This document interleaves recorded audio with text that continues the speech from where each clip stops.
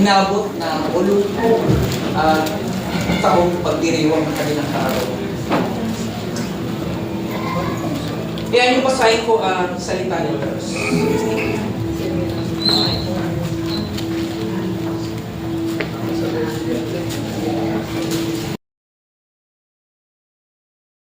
Reindeer or uban ay experience ng splendor.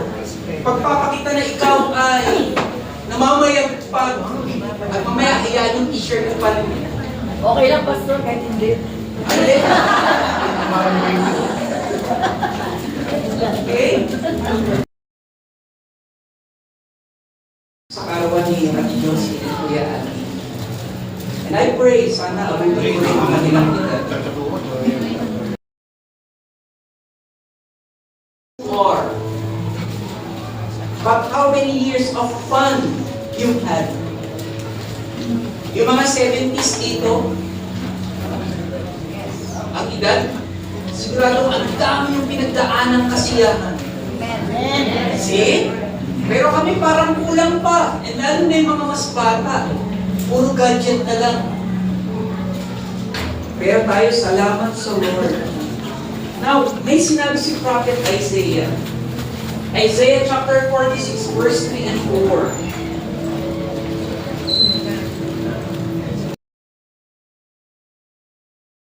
Ate Josie, and sa lahat ng mga may gray hair, I have cared for you since you were born. Yes, I carried you before you were born. I will be your God throughout your lifetime and save you. That's a promise. Sa inyong dalawa, Joseph Kuyan. At sa bawat isang narito, ang Diyos ang tumawag sa inyong mag-asawa. Ganun din sa bawat isa sa inyo. Sagot kayo ng Diyos. Sagot tayo ng Diyos. Siya ang mag-iingat sa atin. Lang kay Tita Lani, ayaw niya talaga. Pero tanggap ko, kapag pumuti ang buhok ko, karangalan pala yun. Sabi ng iba, actually corona siya. Ayaw din nila. Ayaw din. Kasi itong term na ito, ayaw. Pero si Keboy, tanggap yan. Si Ate Baby, tanggap yan. Obviously. Si Brother Ray, dalawang Ray, tanggap na. Of course, Ate Diyos. Si Kuya Ali, parang hindi pa. Ha? Wala kang taga-dice. Ayo! Kaya naman pala. Kaya naman pala. Ang galing, no? Sarap. Si Billy Graham, the late Billy Graham, ay sinabi siya, when granted many years of life, sa totoo lang, bukas, sunod na linggo, tumanda na tayo ng 1 linggo. But, growing old, nagkakaedad, alam naman nila, lalo na especially as Christians, listen, nag-gray ang ating hair. And that is God's grace. Pero it's our choice. Kung siya ba ay ating pararangalan or ating pagtatampuhan. Lord, bakit naman pinapaganda mo ito? Ang bilis-bilis naman. Ang dami mo pang pangarap sa buhay. Who set their hearts and minds on the giver of grace. And that is our Lord Jesus.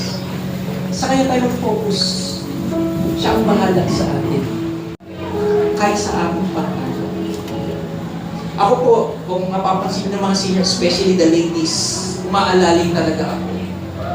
Kasi gusto ko magpakita ng example na balang araw, pag inabutan din ako ng pagtanda dito, meron din aalalay sa akin ng mga bata.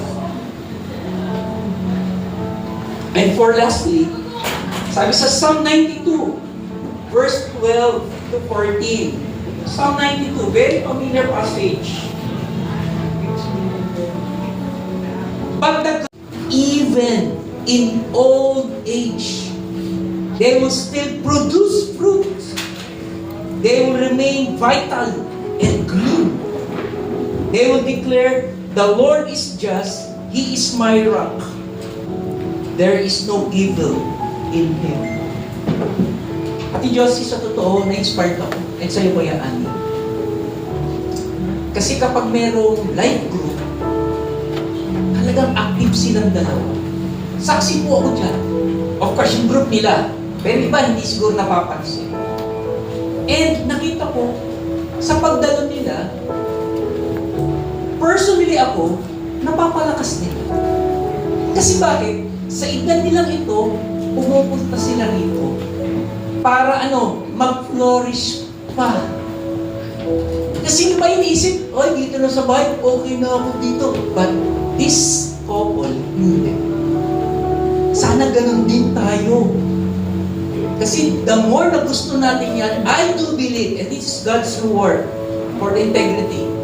Bibigyan tayo ng Diyos ng lakas para dumating dito. Pero kung ayaw natin, total, ayaw mo na, ba't bibigyan ng lakas? So sometimes we need to fight for it. Kailangan natin mag-strive. Sana Ate Josie and Kuya Ani, maraming taon po pa kayong makita rin.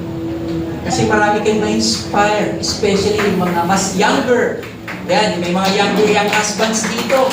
Na-inspire ng inyong pagsasama. Tigit sa lahat ng inyong pagmamahal sa Panginoon.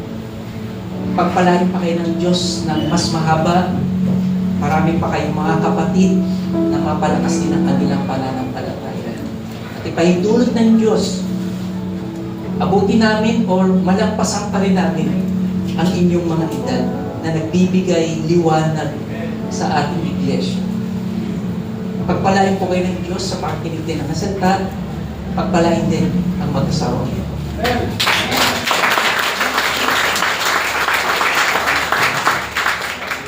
Thank you po.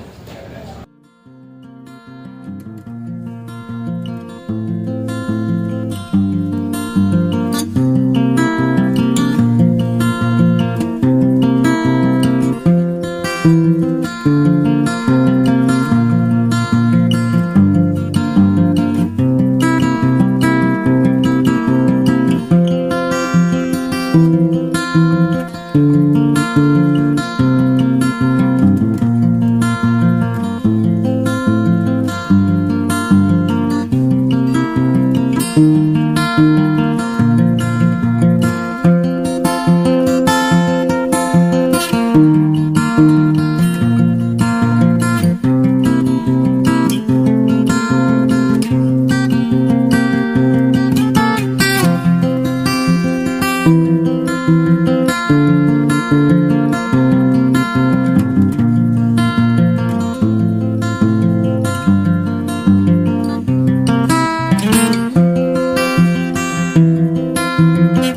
you.